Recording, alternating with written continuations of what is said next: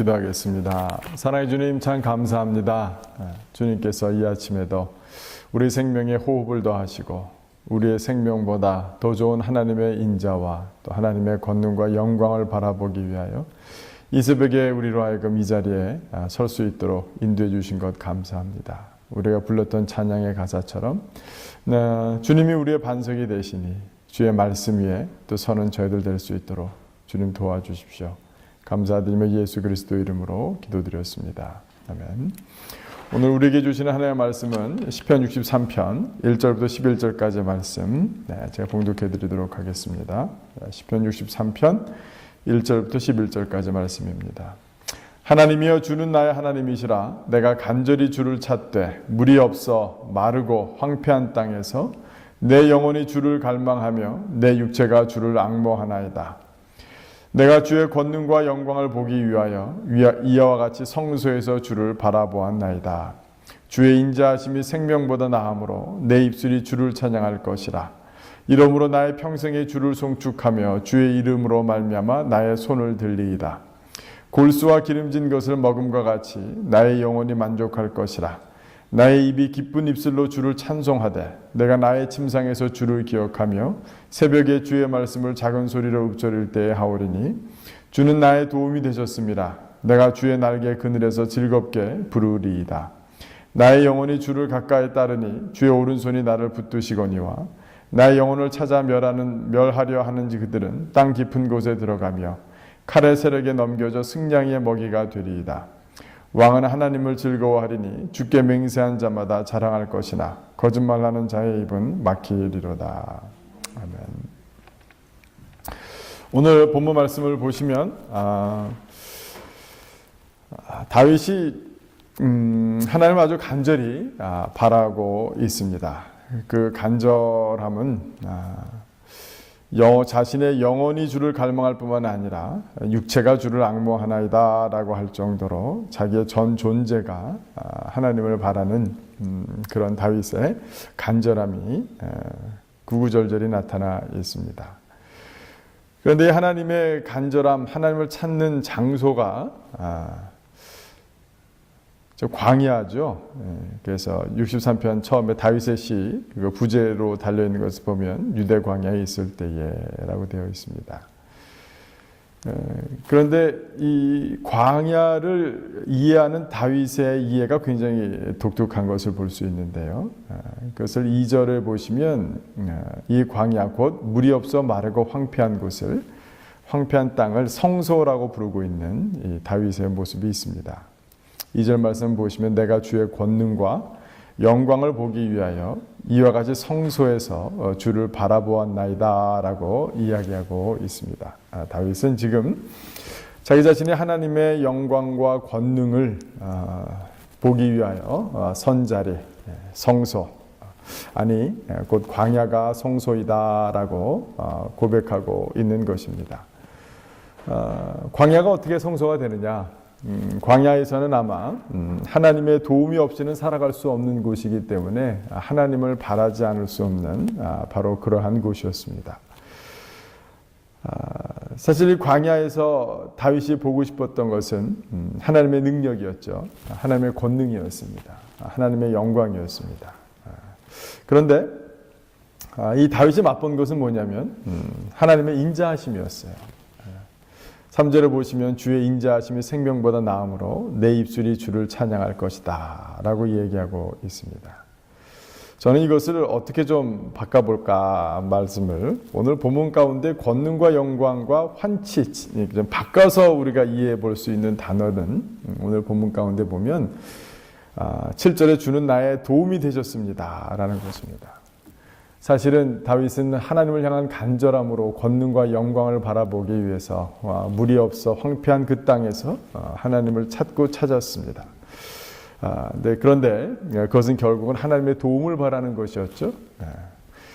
그 권능과 영광을 바라본 다윗이 하나님의 인자하심을 찬양하고 있는데 그것은 무엇이냐면 오늘 본문 가운데 보면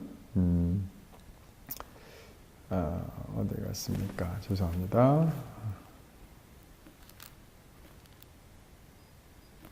기름진 것이 어디가? 5절에 보면 죄송합니다. 골수와 기름진 것을 먹음과 같이 나의 영원히 만족할 것이니라고 얘기하고 있어요. 다시 말씀드려서 권능과 영광은 도움으로 하나님 다윗이 경험한 인자하심은 나의 영혼이 만족하게 되었다라는 것으로 아마 이렇게 바꿔서 우리가 이해할 수 있을 것입니다.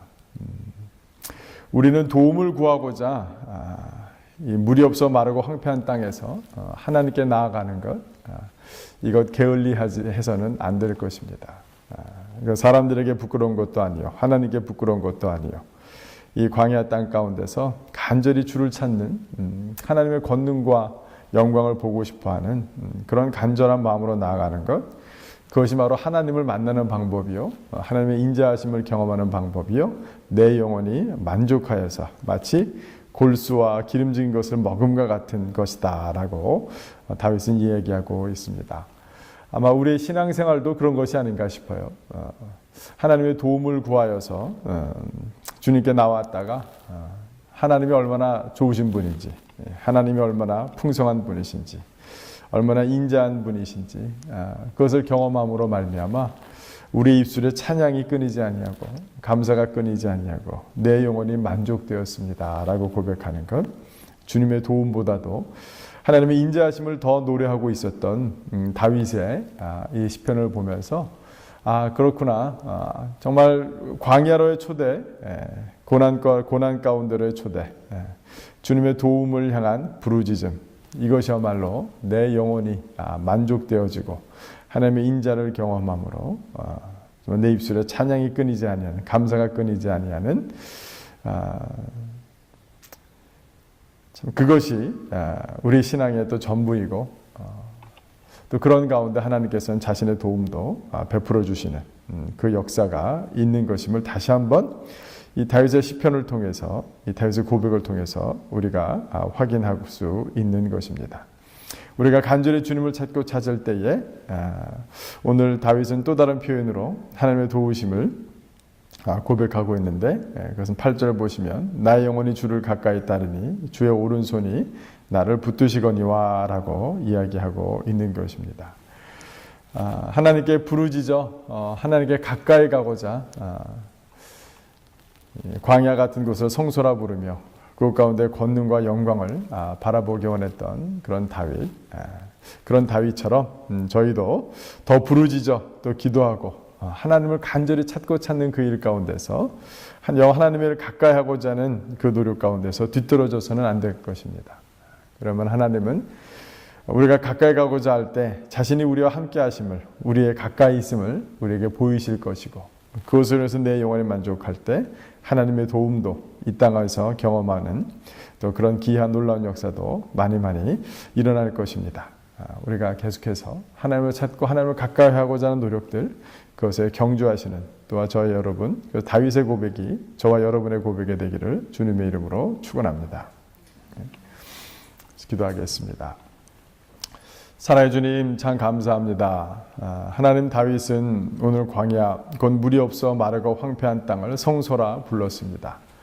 그 가운데서 간절히 하나님을 찾고 찾으며 주님을 가까이 하고자 노력했고, 심지어는 자기의 육체가 하나님을 갈망한다라는, 앙모한다라는 표현까지, 하나님 그런 정말 절대절명의 위기 가운데도 처했던 다윗이었지만, 그가 바라보고 싶은 것, 하나님의 권능과 영광이었으나 하나님 먼저 우리 가운데, 다윗 가운데 인자하심을 드러내 보이신 것처럼, 하나님의 가까이 계심을 드러내 보이신 것처럼, 골수와 기름진 것을 먹은 것처럼, 그 영혼이 만족시켜 주셨던 것처럼, 하나님, 우리가 광야의 땅, 척박한 땅, 물이 없어 황폐한 땅 가운데서 하나님을 찾고